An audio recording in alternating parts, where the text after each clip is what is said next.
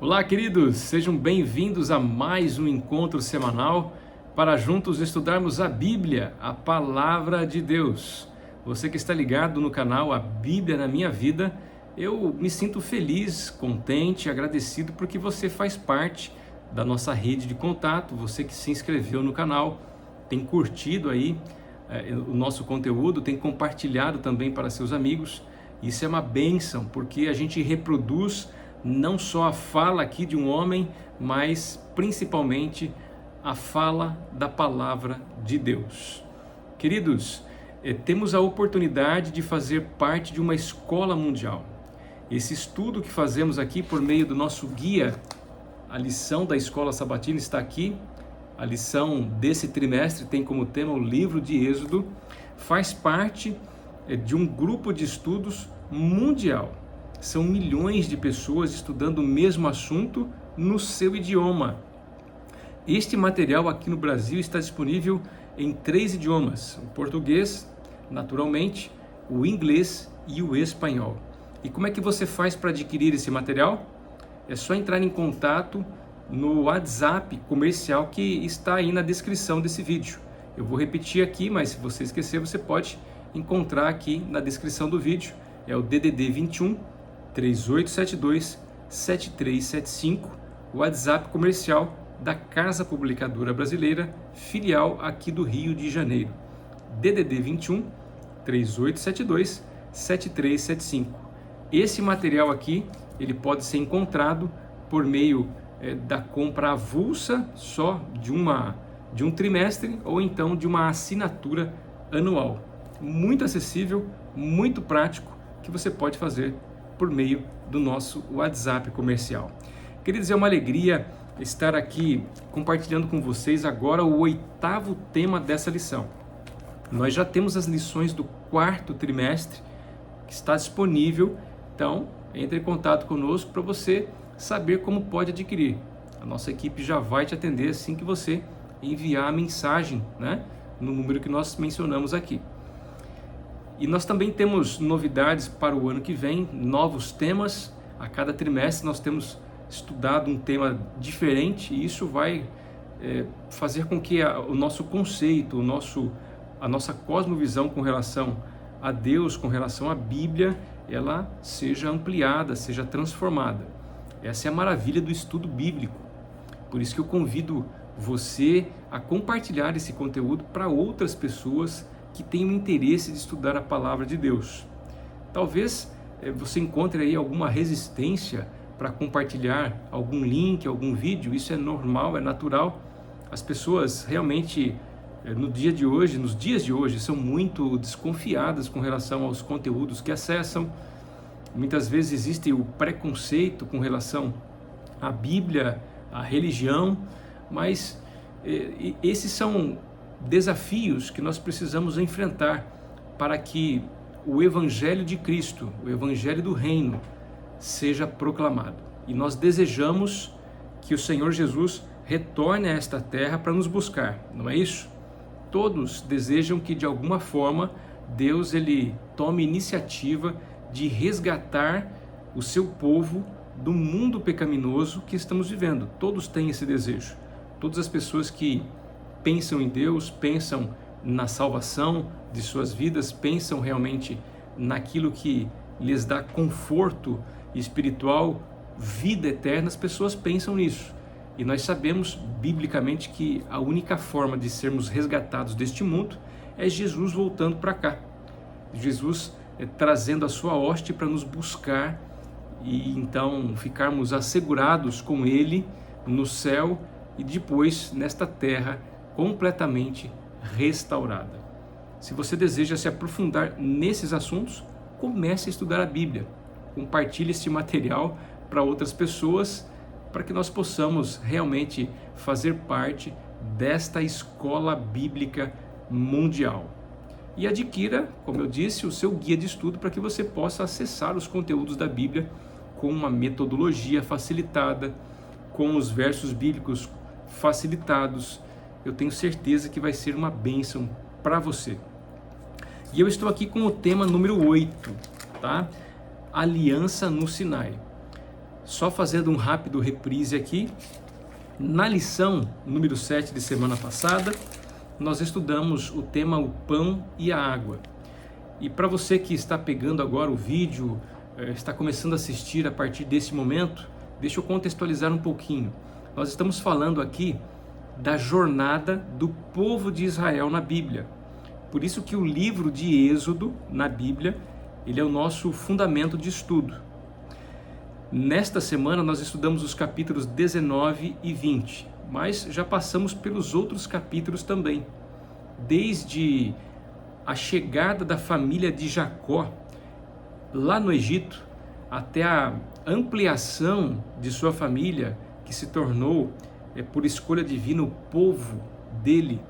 Deus tem trabalhado com o seu povo, com o povo de Israel. Sabemos que Israel é o nome de Jacó. Deus trocou o nome de Jacó para Israel, depois daquela luta, lembram-se? Gênesis, aí um convite para você estudar. E luta que num local chamado Peniel, então Jacó teve seu nome mudado para Israel. Israel, então, o povo de Israel, ali no Egito passou a ser escravizado, com diversos milagres que nós vimos também. Ele saiu do Egito, peregrinou ali pelo deserto, e nós estamos exatamente nesse ponto de Israel peregrinando no deserto rumo à terra prometida. Nós já vimos muitas coisas, muitos fatores miraculosos que Deus operou para guiar o seu povo, e essa é a essência do livro, saber como Deus lida com o seu povo e lida com o pecado de seu povo também, distribuindo graça e oportunidades de salvação.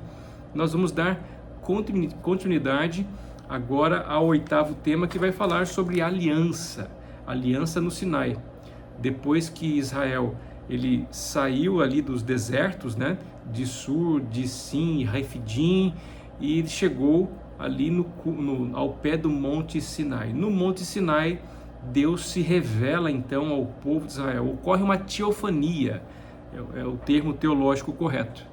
Uma teofania, uma revelação ali presencial de Deus, onde a única intenção do Senhor é renovar a aliança com o seu povo. A mesma aliança que Deus fez ali com Adão e Eva, depois que eles pecaram, e Deus restaurou a eles a promessa de redenção. A mesma aliança feita ali com Noé, né? A mesma aliança feita com Abraão, né? Com Isaac, com Jacó, e agora é renovada com o povo de Israel, cuja liderança está ao encargo de Moisés e o seu irmão Arão. Então esse é o ponto que nós estamos aqui estudando. Para você que de repente não assistiu outros vídeos, né? Esse rápido reprise aqui, fica aqui o nosso convite de você assistir, né, os outros vídeos que foram aí publicados. Está aí no nosso canal, a Bíblia da Minha Vida, a Bíblia da Minha Vida, só escrever lá tudo junto e você vai localizar todos os vídeos ali, ou a partir aqui do descritivo você já consegue enxergar ali o meu canal e clicar nele e ver todos os vídeos, né, relacionados, tá bem? Queridos, então a aliança no Sinai tem aqui um assunto muito importante. O que é que nós vemos aqui, resumidamente falando, né? Sem lei não tem graça. Eu vou repetir aqui: sem lei, sem a lei divina, não tem graça divina. É exatamente isso. A lei de Deus tem como fundamento a sua graça e vice-versa. Então, o que Deus faz aqui no Monte Sinai é se revelar a Moisés, se revelar ao povo de Israel, entregando a eles, estabelecendo entre eles a sua lei. Certamente que a lei do Senhor, que nós vamos entender, é a revelação de seu caráter, é a expressão do seu amor, da sua justiça, da sua soberania, né? Das suas promessas, da sua graça. Sabemos que a lei, ela já é estabelecida desde a eternidade. A lei, ela não teve um início, né?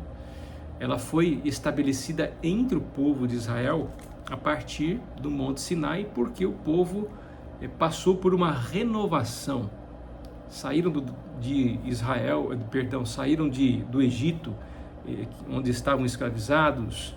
Eles estão aprendendo agora a ser um povo do Senhor, e as leis servem para regulamentar essa aliança, esse relacionamento entre Deus e o seu povo. Então ela é importante. Porém, de qual lei nós estamos falando aqui no tema de hoje? Israel teve muitas leis ali que foram colocadas, entregues, ou estabelecidas por Moisés entre o povo, as leis civis, as leis de saúde, ou sanitárias, as diversas leis que regulamentavam a vida em comunidade, a vida social do povo de Israel. Porém, essa lei que foi estabelecida ou entregue por Deus no Monte Sinai a Moisés, e Moisés então repassou ao povo, é uma lei extremamente diferente, é uma lei ampla, ela é reveladora do caráter de Deus. De que lei nós estamos falando? Êxodo 20 vai explicar. Êxodo 20, dos versos 1 até o verso 17, nós vamos enxergar ali os 10 mandamentos. Os 10 mandamentos. Ou o Devarim, no sentido hebraico aqui, as palavras, essas palavras de promessas do Senhor. Os mandamentos são entendidos também como promessas do Senhor. As palavras do Senhor, que são promessas de felicidade, de bênção, de restauração, de alegria em nossas vidas. Cumprindo os mandamentos do Senhor, somos felizes, temos mais saúde, temos melhores expectativas de vida. E quais são esses mandamentos? Se você ainda não conhece os 10 mandamentos, eu vou falar rapidamente para você aqui, começando através do verso 3 aqui, Não tenha outros deuses diante de mim. Esse é o primeiro mandamento. Qual é o segundo? Não faça para você imagem de escultura, e nem adore essas coisas, nem preste culto a elas. Esse é o segundo mandamento. O terceiro mandamento: não tome o nome do Senhor, seu Deus, em vão. Quarto mandamento: lembra-te do dia de sábado para o santificar. Quinto mandamento: olha só, honre o seu pai e a sua mãe, para que você tenha uma vida longa, na terra que o Senhor, seu Deus, lhe dá. É o primeiro mandamento com promessa, mas como vimos, todos os mandamentos têm ali promessas que estão intrínsecas neles, O sexto mandamento: não matar ou não mate, O sétimo mandamento: não cometa adultério. O oitavo mandamento: não furte. O nono mandamento: não dê falso testemunho contra o seu próximo. E o 10º mandamento: não cobice o quê? Não cobice a casa de seu próximo, a mulher de seu próximo, o servo ou a serva de seu próximo, o boi ou o jumento, ou seja, os animais do seu próximo. Coisa alguma do próximo deve ser cobiçada. Então esses são os 10 mandamentos, O que em hebraico nós chamamos aqui de Devarim, São as palavras do Senhor ditas aqui a Moisés, e Moisés estabeleceu entre o povo. Elas foram colocadas em 2 tábuas de pedra. É o relato bíblico aqui que encontra-se no capítulo 19 e 20. Então nós encontramos aqui algo especial. Os mandamentos foram escritos pelo dedo de Deus, é o que diz aqui a Bíblia, Deus confeccionou essas 2 tábuas de pedra e escreveu os seus mandamentos miraculosamente, de forma sobrenatural, e entregou a Moisés. Pode parecer até estranho a você que está ouvindo isso pela primeira vez. Como é que pode Deus confeccionar 2 tábuas de pedra? Na primeira tábua de pedra ele colocou os 4 primeiros mandamentos, e aí nós entendemos alguns motivos disso. Numa segunda tábua de pedra ele colocou os 6 outros mandamentos. E qual é a intenção de Deus com isso? Quando você grava algo em pedra, em algo rígido, em algo durável, qual que é a intenção? De que isto seja durável por toda a eternidade, que aquela marca, que aquele registro perdure por toda a eternidade. Quem é arqueológico sabe o que eu estou falando. Hoje nós sabemos de civilizações passadas de 1.000, 2.000, 3.000 anos, 4.000 anos atrás, 6.000 anos atrás. Por quê? Porque existem registros em pedras, né, dessas informações de civilizações antigas. A intenção do Senhor em gravá-las nas tábuas de pedra era que aquilo fosse realmente guardado, ensinado, perpetuado entre a comunidade, o povo de Israel, por todas as suas gerações. E é interessante que 4 mandamentos aqui, do 1º ao 4º, como nós lemos, eles estão estritamente envolvidos entre Deus e o homem. É o relacionamento vertical entre Deus e o homem. Os outros 6 mandamentos é o relacionamento horizontal entre o homem e o seu próximo. A gente fala homem, mas é humanidade. Então, ou seja, esse zelo cuidadoso do Senhor ao renovar a sua aliança com o povo de Israel no Monte Sinai, tem a ver com ele próprio, o relacionamento com ele próprio, mas com o próximo. Essa é a intenção. Nisso se resume a lei de Deus, né? Amar a Deus, como Jesus disse, e ao próximo como a ti mesmo. Olha só que interessante. Portanto, 3 conceitos aqui deste assunto são válidos, né? Primeiro, a lei que Deus estava entregando a Israel não justificaria a vida de nenhuma pessoa. Ou seja, obedecendo à lei de Deus eu posso ser salvo? Não, eu não posso ser salvo obedecendo à lei de Deus. A maior necessidade da humanidade é entender que, distante de Deus, ela está perdida. O tutor do Senhor para conduzir a humanidade a Cristo, de acordo com Romanos capítulo 3, verso 20, é quem? É a lei de Deus. É por isso que, nesse sentido, sem lei não tem graça. Porque quando olhamos os mandamentos do Senhor, a sua lei, os seus 10 mandamentos, e fazemos uma reflexão de si mesmo, como se fôssemos olhar num espelho, nós enxergamos exatamente quem somos e a necessidade que temos de um Salvador. Então é olhando a lei de Deus, os seus mandamentos, é que nós refletimos e pensamos, puxa vida, eu realmente obedeço ao 1º mandamento, ao 2º mandamento, ao 3º, ao 4º, ao 5º, enfim, até o 10º. Eu falhei em algum deles? Provavelmente nós vamos entender que sim. E aí vem a necessidade, Senhor, eu sou pecador, eu falhei em obedecer um de seus mandamentos. E quem é culpado de um, conforme diz Tiago, é culpado de todos, conforme diz o livro de Tiago. Então eu preciso de um Salvador. Por isso que sem lei não tem graça.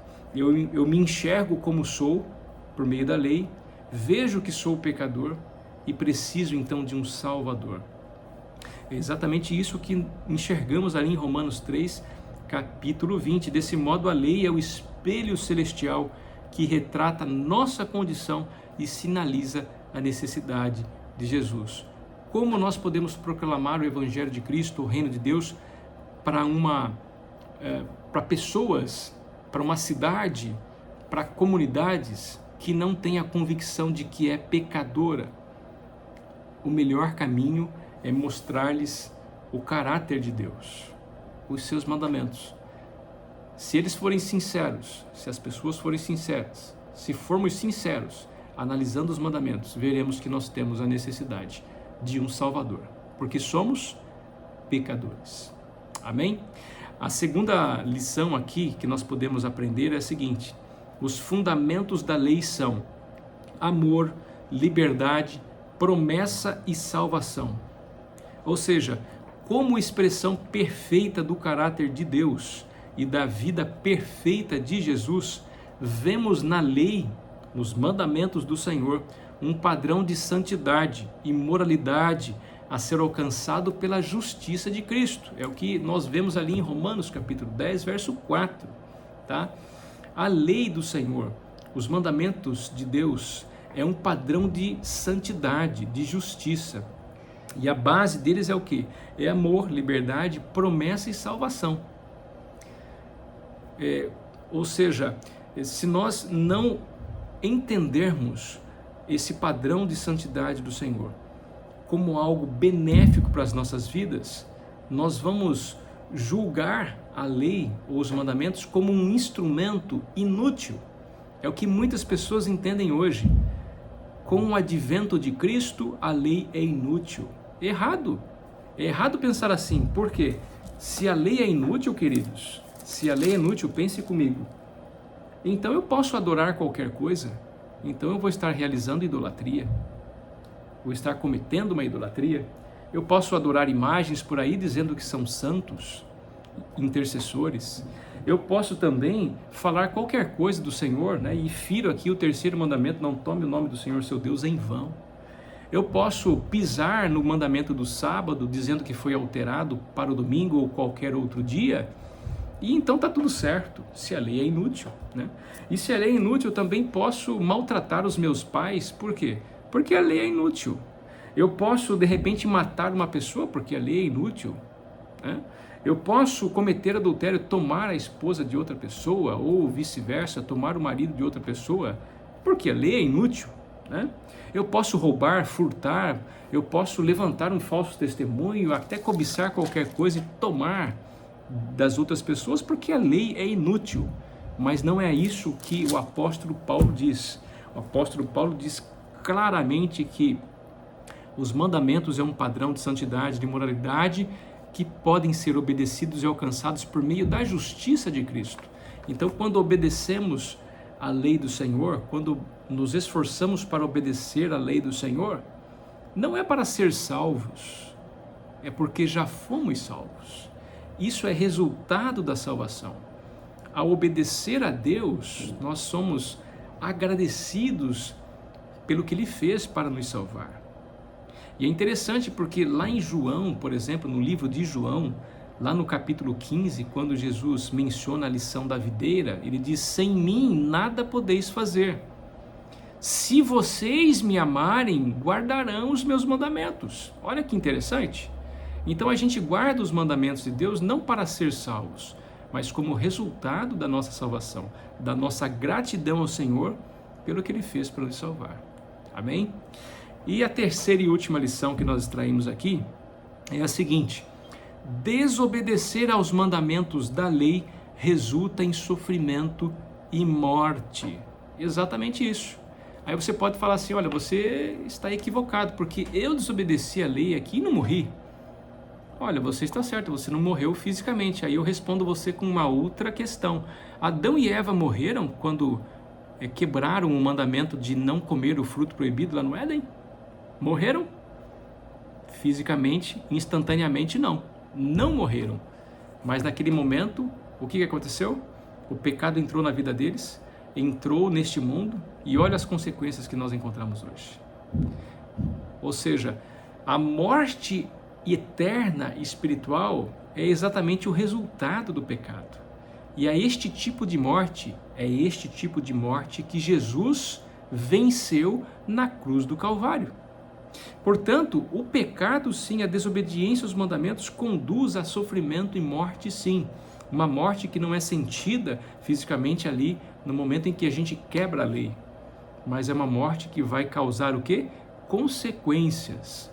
E se nós não nos ligarmos a Jesus como videira verdadeira em nossa vida, que nos dá vida, realmente nós vamos estar morrendo aos poucos, até que a nossa morte eterna ela é realmente selada, né?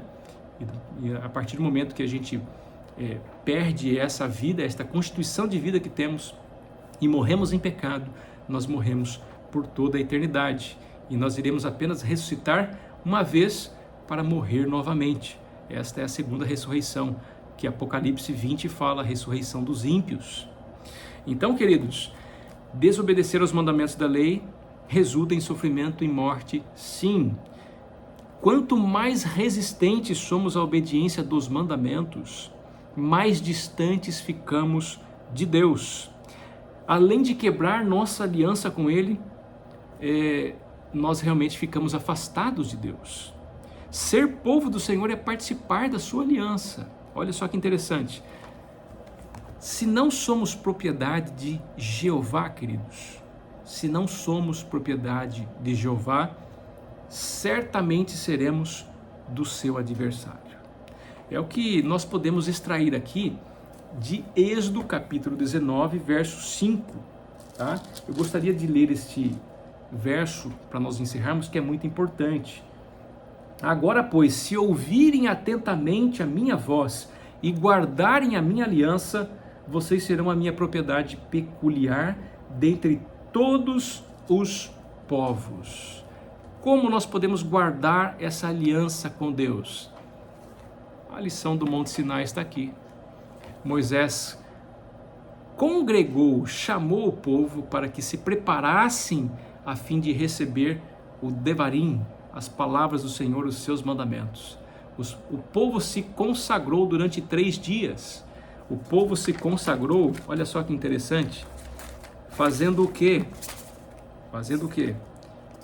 O povo se consagrou de modo espiritual e de modo material. Eles realmente oraram a Deus, eles realmente se revestiram de humildade, eles tomaram até banhos físicos, colocaram roupas boas, trocaram os seus costumes, e naquele momento o povo se consagrou para receber do Senhor os seus mandamentos, né? Ou seja, a partir desse momento, uma vez que o povo havia se consagrado ao Senhor, Deus entregou a eles a Moisés, né, as 2 tábuas de pedra. Moisés repassou ao povo estas instruções, e eles aprenderam que manter a aliança com o Senhor, a aliança que Deus tomou a iniciativa de fazer, não tinha outro sentido a não ser respeitar os critérios, respeitar as regras dessa aliança. E as regras dessa aliança são condicionais. E qual é a condição?